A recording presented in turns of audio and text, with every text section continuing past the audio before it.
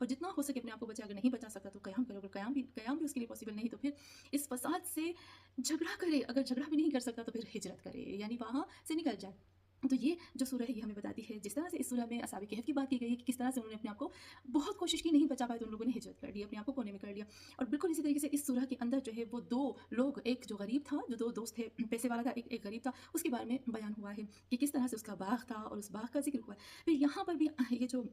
एक बाग था और बाग के अंदर एक अमीर का था, गरीब का था, 2 दोस्त होते हैं और फिर किस तरह से परवरदिगार आलम ये सब जो गरीब होता है वो अमीर को नसीहत करता है और वो नहीं मानता तो उससे साइड पे हो जाता है। बिल्कुल इसी तरीके से ये सारी चीज़ें हमें बताती हैं कि जब रसूल खुदा सल्लल्लाहु अलैहि वसल्लम ने इस्लाम के शुरू में जब दावतें दी थी, तो जो पैसे वाले लोग थे, जो सरबतमंद थे, अमीर लोग थे, वो मज़ाक उड़ाया करते थे। लेकिन जो गरीब थे ना वो नहीं डरे। तो यहाँ ये बताना चाहते हैं कि देखो, अमीर की जो अमीरी है वो हमेशा के लिए नहीं रहने वाली और जो गरीब की तंगदस्ती है वो ईमान को नहीं छीन सकती है। तो यहाँ पर भी इस सूरह में ये ज़िक्र हुआ है। और फिर हम आते हैं कि इसकी फ़ज़ीलत क्या है, सूरह कहफ के पढ़ने की फ़ज़ीलत क्या है। रिवायात में मिलता है कि पैगम्बर अकरम सल्लल्लाहु अलैहि वसल्लम और अइम्मा मासूमीन अलैहिमुस्सलाम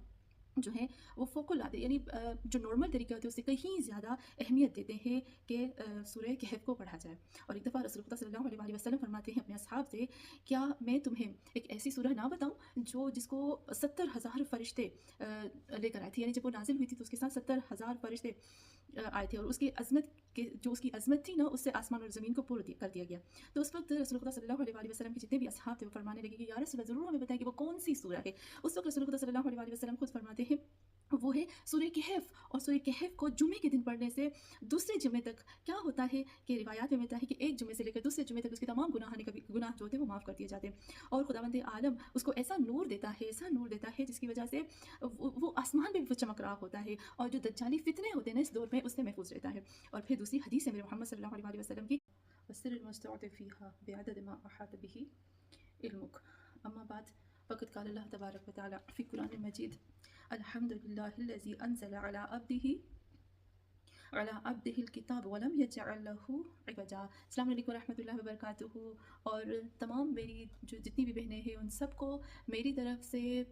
माह रमज़ान बहुत बहुत मुबारक हो। और खुदा से दुआ करते हैं कि परवरदिगारा, जिस तरह से तुमने हमें तौफ़ीक दी और तुमने हमें दोबारा से माह रमज़ान नसीब किया है, बिल्कुल इसी तरीके से या रब्बुल इज़्ज़त तुमने हमें माह रमज़ान दिया, अता फ़रमाया, तो बस दुआ करते हैं कि हमें इस माह रमज़ान